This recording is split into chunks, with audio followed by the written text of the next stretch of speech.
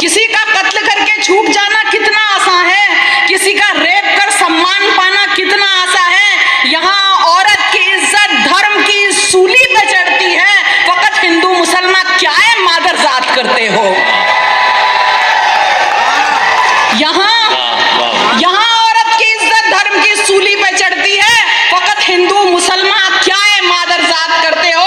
अब हंगाम है श्रद्धा के ताजा केस को लेकर, जो कातिल है वो कातिल है और मर्डर भी है बस मर्डर, भले श्रद्धा का हो या अंकिता या आसिफा का हो। सियासत की यहाँ क्यों कर खड़ी बुनियाद करते हो, सियासत की यहाँ क्यों कर खड़ी बुनियाद करते हो। तुम्हें अपराध तो दिखता नहीं बस धर्म दिखता है।